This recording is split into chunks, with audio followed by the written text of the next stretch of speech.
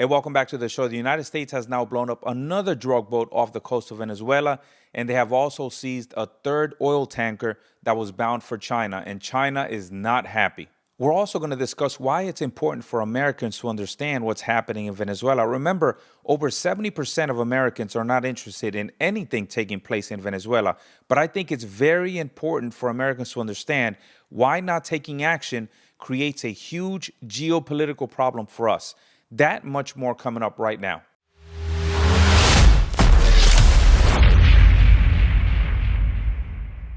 Tension between the U.S. and Venezuela is escalating. American forces seizing yet another oil tanker today, making it the third vessel this month.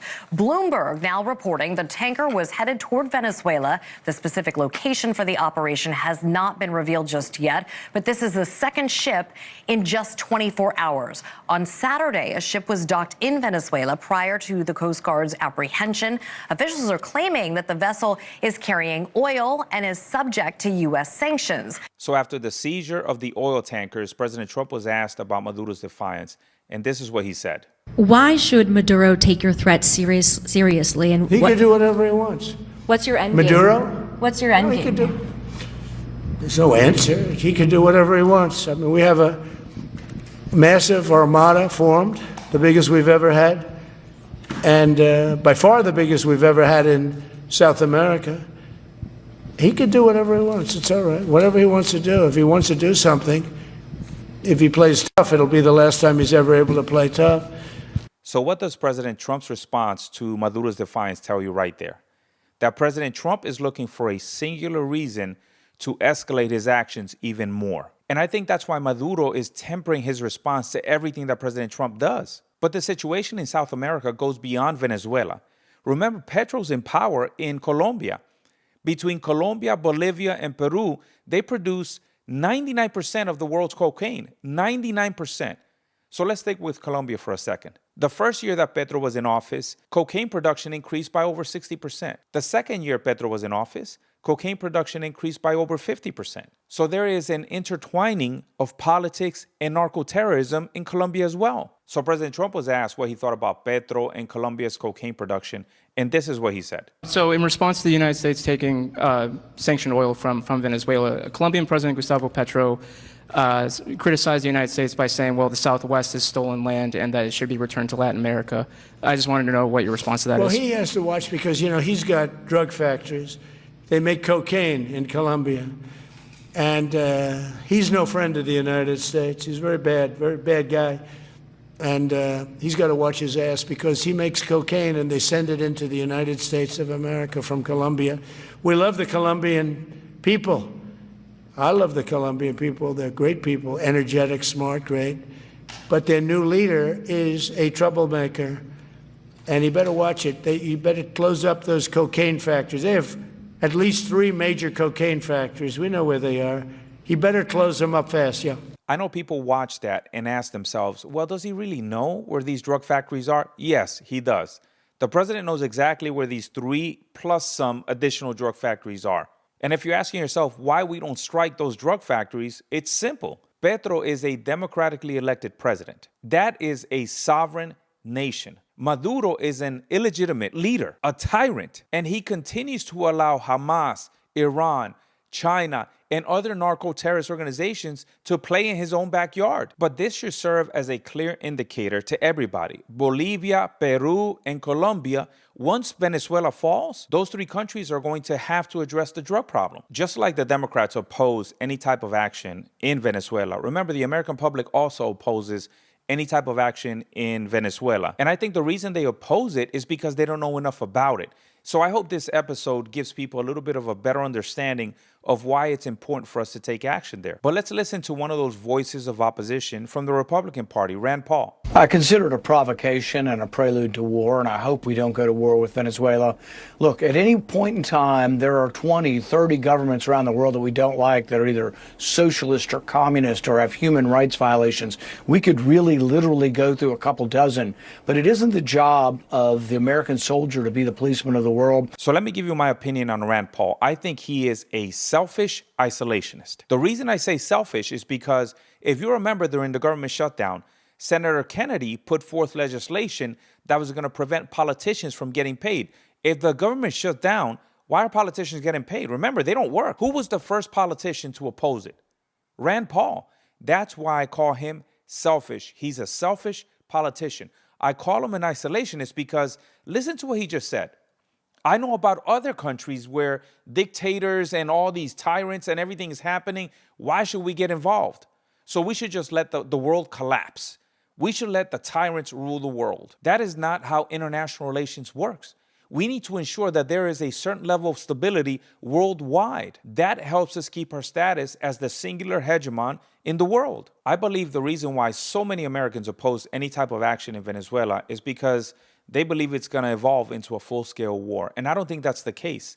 Remember, I've always said this war has to be fought by the Venezuelans on the ground, by the opposition on the ground. But that doesn't stop a lot of global affairs analysts, or at least they call themselves that, from comparing what's going to happen in Venezuela or what's happening there now to previous wars that we've been involved in.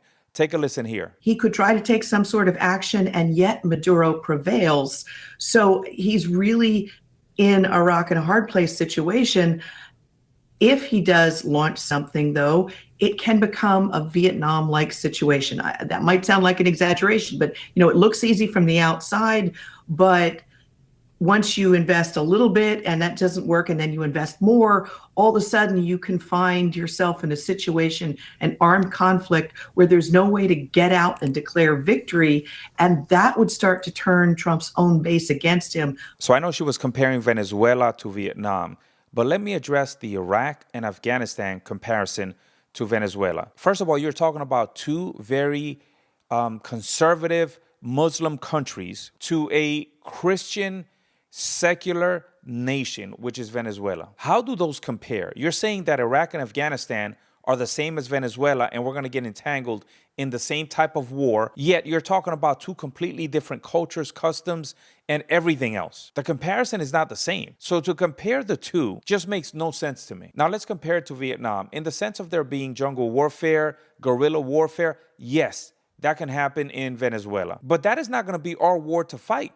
That is going to be for the Venezuelan people and the opposition on the ground to fight. The Venezuelan people have to be the victors of this battle. So instead of comparing what's happening in Venezuela to Iraq, Afghanistan, or Vietnam, let's compare it to what happened in the past. Remember when George Bush invaded Panama to take down Noriega? Who was Noriega? An indicted drug trafficker, just like Maduro. Or when President Clinton deployed 20,000 U.S. troops to the Caribbean to restore Aristide to power, a democratically elected president. Does that sound familiar? So what's the difference between restoring Urrutia into power, who was democratically elected last year over Maduro by an overwhelming majority of 70%, and restoring Aristide back to Haiti? There's no difference. So I'll say that again just for comparison's sake. George Bush went into Panama and took out Noriega because Noriega was an indicted drug trafficker, money laundering, and there's a bunch of other things that he was doing as well. President Clinton staged 20,000 troops off the shore of Haiti in order to restore the democratically elected president, Aristide. So this is a combination of both operations, the one that President George Bush did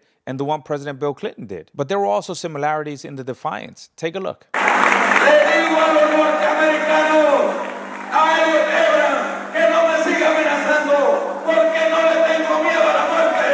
Y Venezuela seguirá comerciando todos sus productos en el espíritu de la generación de libertadores que se levantó luchando contra la compañía guipuzcoana.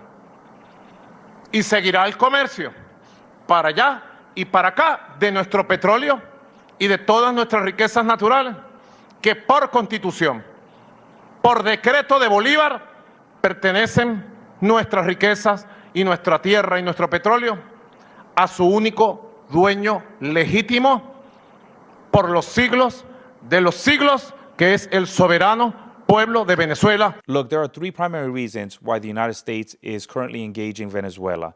And I'm going to leave the most important one for last. There were over 8 million Venezuelans that came to this country to escape the economic crisis that was happening in Venezuela and to escape Maduro's tyranny. There are a lot of those Venezuelans, millions, that are dying to go back to their country. The second one has to do with what most people are thinking, right? Venezuela's oil.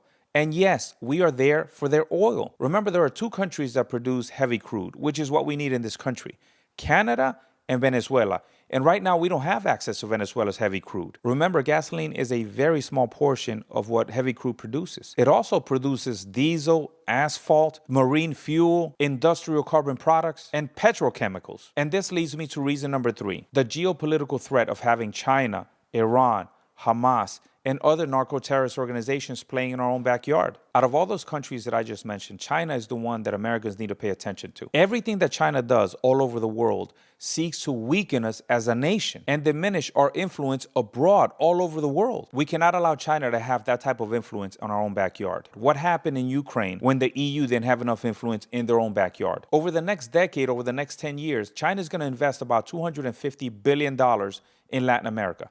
That's $250 billion. How much influence do you think that they're going to have on those countries once they inject that money into their economies? And out of all those countries in Latin America, which one do you think is the biggest recipient of aid?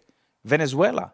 Over $60 billion in state loans to Venezuela. That makes Venezuela China's most heavily engaged financial partner. And China continues to invest in Venezuela because they know their money's guaranteed. Remember that crude oil, that heavy crude that I told you is produced in Venezuela and Canada, primarily in Venezuela? 50 to 60% of that crude oil goes to China. It goes to China at a heavily discounted rate. China takes advantage of everybody in the world. And people can say, well, America does the same thing.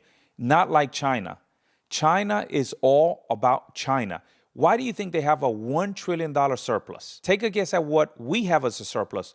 The richest, most powerful country in the world. We are $800 billion to $1 trillion in the negative when it comes to our trade deficit. What's China? China is the opposite. Take a look at this chart. They are about the same in the opposite direction. And that's because China is all about China. And in the previous administration, if you remember Joe Biden, there was a lot of aid going abroad with nothing coming back to us. Why do you think all of that got cut by the Trump administration? There has to be a return. Remember, we were also sending weapons, billions and billions of dollars in weapons to Ukraine. What were we getting in return? That should have been the EU taking care of that. I also think that Americans need to understand that this is a 2-for-1. If we take down Maduro, we also take down Cuba. Cuba heavily depends on Maduro and his oil to survive. Take a listen. Places like Cuba, devastating, existential crisis. I mean, Cuba, if Venezuela's oil, about 70% of it's embargoed, and these oil tankers are trying to get to Cuba, about 40% of Cuba's energy comes from Venezuela. They're in the toughest economic crisis they've had since Castro took power in 1959. If they lose 40% of their power, energy from Venezuela imports, I mean, it might even bring down the Cuban regime. So there's a whole host of like domino effects from seizing these tankers. And then it leads into, what do Russia and China do after this in regards to propping up Cuba if they're even able to do that? So there's a whole host of issues from seizing these tankers that people need to understand. Cuba is currently going through some of the worst inflation in its history, 30 to 40% inflation. The currency has absolutely collapsed. And there are chronic power shortages every day in Cuba. Food, fuel, medicine are a commodity at this point. A lot of the times that oil is subsidized, cheap, sometimes free to Cuba. That is what keeps that country a communist nation. Now, if you're wondering why China hasn't stepped in and helped Cuba, well, the answer to that is simple. And I said it earlier. China is all about China. What does Cuba have that China needs? Nothing. There is no return on investment. What's the ROI? Nothing. What's the ROI if they invest in Venezuela? A lot. Crude oil. 300 billion barrels of oil exist in Venezuela, the greatest oil reserve in the world. That is why China is so quick to lend to Venezuela and not Cuba. Now, I told you in the beginning of the video that we seized an oil tanker that was headed for China. This is what the Chinese had to say. A foreign ministry spokesperson said Venezuela has the right to develop relations with other countries, adding that China opposes all unilateral and illegal sanctions. The ship bound for China was the Panama flag Centuries, which the U.S. intercepted Saturday, seen in this video published on social media by Homeland Security Chief Kristi Noem. Look, the situation in Venezuela is only going to continue to escalate. The Chinese can say whatever they want. President Trump is not going to bend. He's not going to fold on this. I've told you that when it comes to our own backyard, President Trump is not going to budge. It doesn't matter whether it's Russia, whether it's China, whoever it is that's getting involved in our backyard, he is not going to tolerate it. Because unlike Europe, we understand what the repercussions are when we don't control our backyard. when we don't control our hemisphere. This is why so many countries are jumping in and helping the United States when it comes to Venezuela. And I think that's something that the American people don't see. There are countries like the Dominican Republic, like Ecuador, like Trinidad and Tobago. There's a ton of countries that are pitching in to help the United States in taking Maduro out of power, because they know once he's out, there's going to be a lot more regional stability in the Western Hemisphere. And remember, it's not just the American economy that's going to be affected by that oil that's going to be coming in. It's also the rest of the countries in Latin America. So everybody knows what's at stake. Let me know what you guys think about the situation that's happening in Venezuela. Is President Trump going to continue to escalate? Should we even be there? Do you think Rand Paul is right? Should we stick to being isolationists? Or should we go out there, take Maduro out of power? Because people keep arguing, well, do we want regime change? I don't understand why they don't just come out and say it. Of course we want regime change. If we're doing everything that we can to get Maduro out of there, that's called regime change. Make sure you leave your comments below, like, share, and subscribe. And until next time, stay balanced.